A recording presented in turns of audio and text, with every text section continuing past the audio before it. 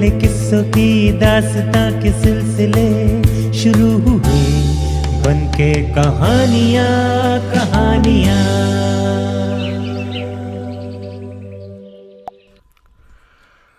मैं राजेश कुमार। आइए सुनते हैं आज की कहानी हाथी की चतुराई।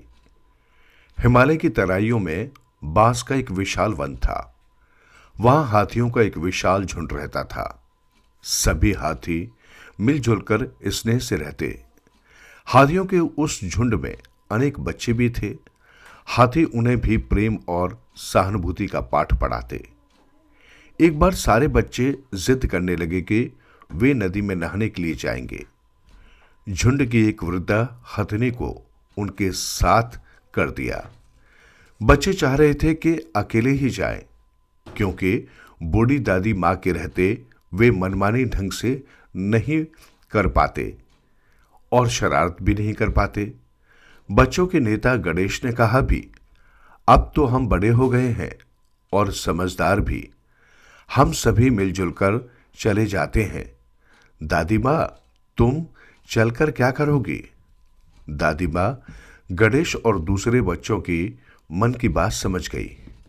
वो हंसते हुए बोली, मैं सब समझती हूं रे, तू क्यों मना कर रहा है? तुम्हारा जैसा मन हो नहाना खेलना, मैं तुम्हें क्या कहूंगी। हाथी के बच्चों ने देखा कि दादी मां मानने वाली नहीं, तो वे चुप हो गए। पूरा काफिला घूमता गाता सूंड से रास्ते में फल तोड़कर खाता नदी के किनारे पहुंचा। सारे बच्चे नदी में कूद पड़े। कोई नदी में पैर पसार कर बैठ गया, कोई अपनी सूंड से दूसरे पर पानी की फुहारे बरसाने लगा, तो कोई सूंड से दूसरे को गुदगुदी करने लगा। दादी मां किनारे पर बैठी हुई बच्चों को देख देख कर प्रसन्न हो रही थी। तभी गणेश दादी मां के पास आया और बोला, ओह बूढ़ी मां, तुम यहीं बैठी रहोगी क्या? आओ थोड़ी देर हमारे साथ नहा लो। गणेश दादी मां को सूंड से पकड़कर नदी में ले गया। उधर एक मगर बहुत देर से पानी में घात लगाए बैठा था। दादी मां जैसे ही मुड़ी, उसने एक हाथी के बच्चे को पीछे से कसकर पैर पकड़ लिया, पर दादी मां की वृद्ध और अनुभवी आंखों से ये छिपा न रहा। उन्होंने तुरंत धीरे से गणेश से कहा, गणेश जल्दी करो, मगर गणेश को लिए जा रहा है। तब तक हाथी के दूसरे बच्चों का ध्यान भी उधर चला गया। वे शोर मचाने वाले थे, पर दादी मां ने सबको इशारे से मना कर दिया। वे सभी उधर ही बढ़ चले जहां मगर के चंगुल में गणेश फंसा हुआ था। रिपीट, जहां मगर के चंगुल में धनेश फंसा हुआ था।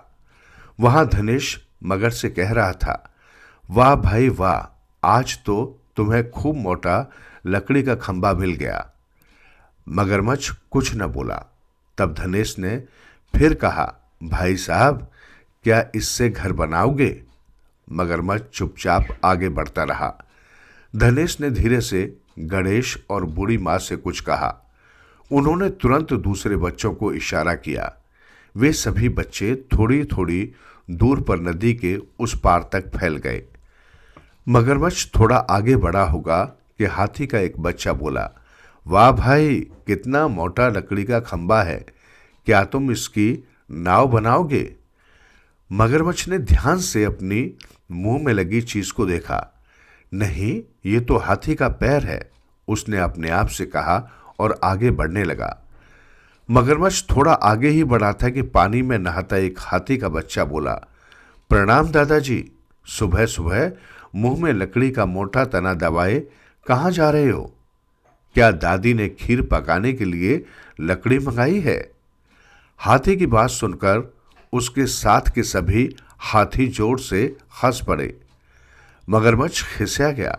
वो मन ही मन सोचने लगा कि मैं बेकार में कहीं खंबा ही तो नहीं ढो रहा हूं। उसने अपना मुंह खोलकर हाथी का पैर बाहर कर दिया और वहां से तेज गति से भाग लिया। मगरमच्छ के आंखों से ओझल होते ही सारे हाथी खुशी से जोर से चिंगाड़ उठे। सभी ने बूढ़ी मां को घेर लिया और बोले, वाह बूढ़ी मां, आपने अच्छी युक्ति सोची। बूढ़ी मां कहने लगी, ये सफल युक्ति धनेश की है, उसी को बधाई दो। फिर क्या था, सारे हाथियों ने धनेश को घेर लिया, उसको सूंडों पर उठा लिया और लगे उसकी जय बोलने। गणेश ने बहुत फूल तोड़े, उन्हें एक दूसरे में फंसाकर माला बनाई और धनेश को पहना दी। धनेश को आगे करके झूमता झामता शोर मचाता हाथियों का झुंड वापस घर लौटा। रास्ते में गणेश धनेश से कहने लगा, धनु तुम तो बड़े ही चालाक हो गए हो। बूढ़ी मां कहने लगी, गणेश ये चालाकी नहीं बुद्धिमानी है। चालाकी वो होती है जहां अपना स्वार्थ सिद्ध करने के लिए दूसरे को कोई नुकसान पहुंचाया जाता है।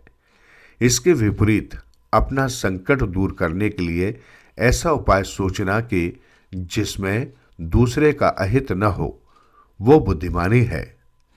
हाथी का एक बच्चा पूछने लगा, अच्छा बूढ़ी मां, उस मगरमच्छ ने पहले तो हमारी बात पर विश्वास नहीं किया, बाद में क्यों कर लिया? बूढ़ी मां समझाने लगी, बच्चों, एक ही बात को जब बार बार दोहराया जाता है तो वो सही लगने लगती है। बुद्धिमान वो है जो दूसरों की कही सुनी बात पर तब तक विश्वास नहीं करता जब तक कि स्वयं उसे परख कर न देख ले। सामान्य बुद्धि वाले तो दूसरे के कहे सुने में आ जाते हैं और बिना सोचे समझे ही काम करने लगते हैं। बूढ़ी मां फिर कहने लगी, हमने तो ये उपाय आत्मरक्षा के लिए अपनाया था, परंतु ठग इस प्रकार ही ठग लेते हैं। बुद्धिमानी इसी में है कि अपरिचित के कहने पर विश्वास करें, अपने विवेक से काम लें। आज आपने बहुत अच्छी बात बताई बूढ़ी मां, हाथी के बच्चे एक साथ बोले। बूढ़ी मां ने घर जाकर सभी बच्चों की बहुत प्रशंसा की। वे कहने लगे कि बच्चे अब वास्तव में बड़े और समझदार हो गए हैं। अब उन्हें धनेश और गणेश के नेतृत्व में अकेले बाहर जाने की अनुमति मिल गई। झुंड के नेता ने सभी को बधाई दी। बूढ़े हाथी हथिनियों ने उन्हें शुभकामनाएं दी कि भविष्य में विपत्ति में फंसने पर वे अकेले ही उनसे निपट सकने में समर्थ हों।